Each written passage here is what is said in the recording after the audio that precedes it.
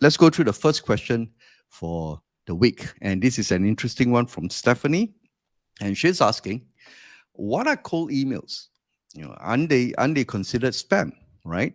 Stephanie, if you're watching, this is an excellent question, and I'm going to give you some straight answers tonight. Okay. So the first thing is, yes, cold email. If you slap on your a list which you maybe buy from a third party, or you just grab them off, somebody else's list, for example. And these people obviously may not be aware of you or may not know you. And then you slap on an email and you send these emails to all of them, okay, without any context. And the worst thing is if your emails is all about selling your products, okay, that, Stephanie, is considered spam.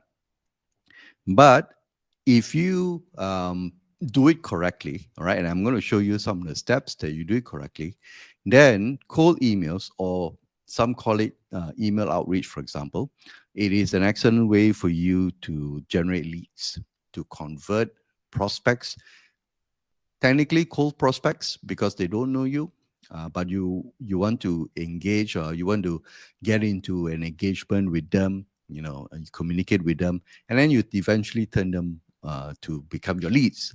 Then cold email outreach would be an excellent tool, right? It is similar to dating.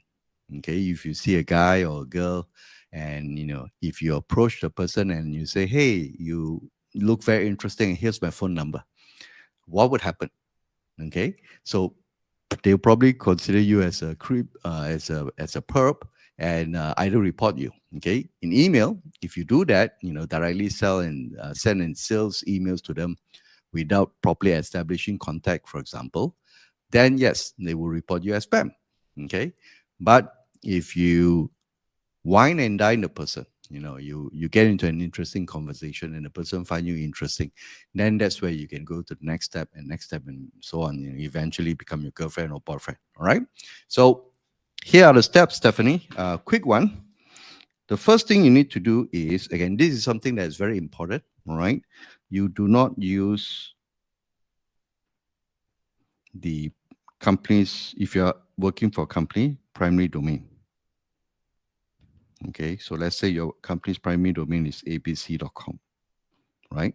So if you want to do an cold email exercise or campaign, do not use the abc.com, because there's always a high likelihood that, the people that you send these emails, depending on the industry that you operate in, they may report your emails as spam, and it will affect your domain reputation of your primary domain. Then the other functions or the other departments who uses the same primary domain to send emails for, let's say, finance, for legal, or either support, for example, then their emails will also end up in spam. Okay. So what you do is you want to set up a new domain. Okay. You probably call it, let's say, email-abc.com. All right. You can be creative about it. The idea is to link it similar to your primary domain. And from there, you need to warm up this domain. Okay.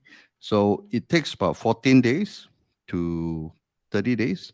Now, the idea of warming up is you will send emails using this new domain to people who are familiar with you, and then they will respond, and there's an engagement. That's how you warm up. So then, as far as the mailbox providers are concerned, when they see this, they will see that you have a track record sending emails out. All right.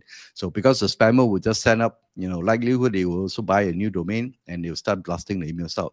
So as far as they're concerned, you starting off could be a spammer. But if you have warm up your domain, for example, then you would be considered as a legit sender of emails. Okay. So once you have done up with this, the next thing is, right, obviously, like I mentioned before, make sure your authentication is set up. So that means your SPF, your DKIM, and your DMARC.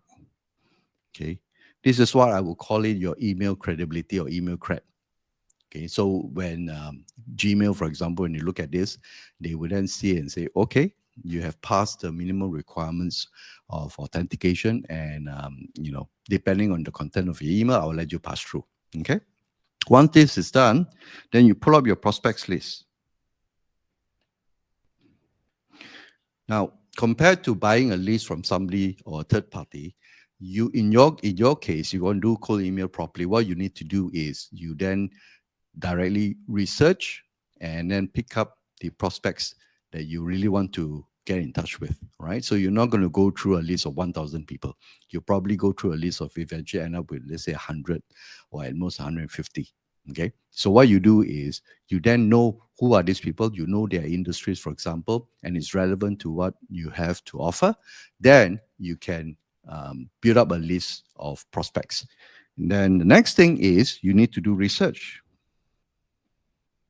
Okay. So let's say you're a list of 100. You want to know, you go through, do a research, go through each one of these 100. Nowadays, it's very simple. All right. You can use the internet, information is widely available. You do an internet, do a LinkedIn search, for example, to understand the prospects, what they do, what are the news item related to the company, for example, any new developments, you can pick that up. Okay. So, for example, let's say, I think my Sifu uh, Ricky is here. So let's say Ricky is a voice coach, right? And I want to approach him. For example, I'm selling email services and I want to approach him to set up an email system for him. Okay. Then I'll go through LinkedIn and I found out, for example, like today, he actually recited a nice poem from this poet called Willa Wilcox.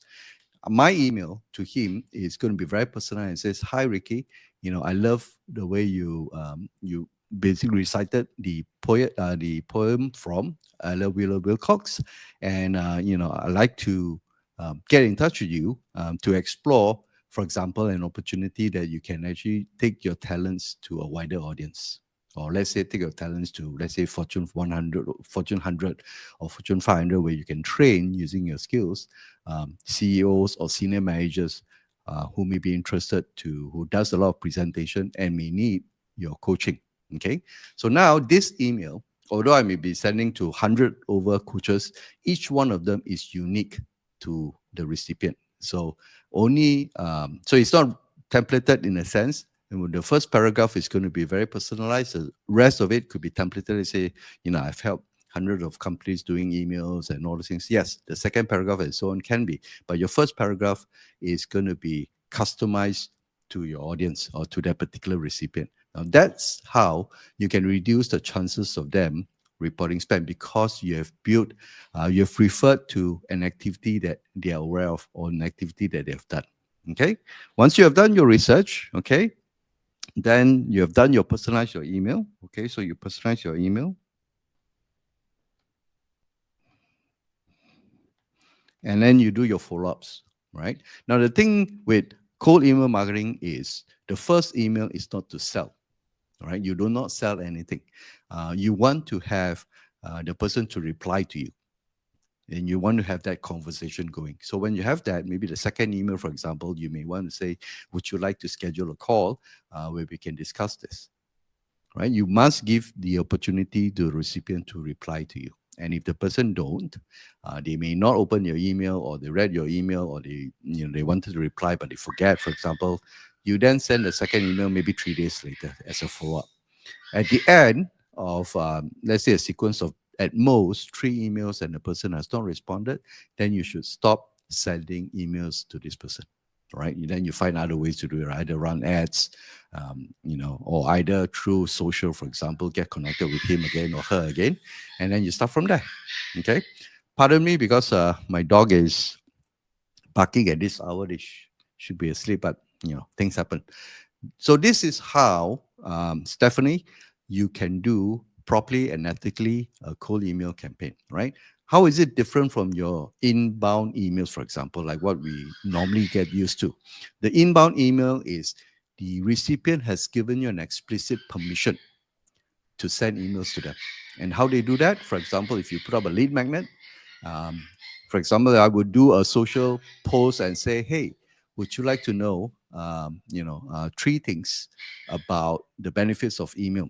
for example. Okay, I'm just riffing off my head. Then once I've listed a tree, then in my last line I'll say, hey, there's another 7 steps that you can do to get a good response to your email, especially step number 8, for example. If you like that, go to this link and you can download my report or download my guide or download my PDF. That is lead magnet. All right, that is what you call lead magnet. And from then, the person will then go to a page specially designed to collect email addresses. Okay, so that's why some call it a squeeze page, some call it a landing page. Okay, but nevertheless, there is nothing, no other information about the company, whatever, except to allow the person to put in their email address to get a copy of the lead magnet. Now, by virtue of doing that, the person have, to a certain extent, have given you permission for you. And in the end, you can also have a little tick box and say, would you like for me to continue to send emails to you related to emails or whatever it is. All right. And if the person ticks, they have given you permission to email them.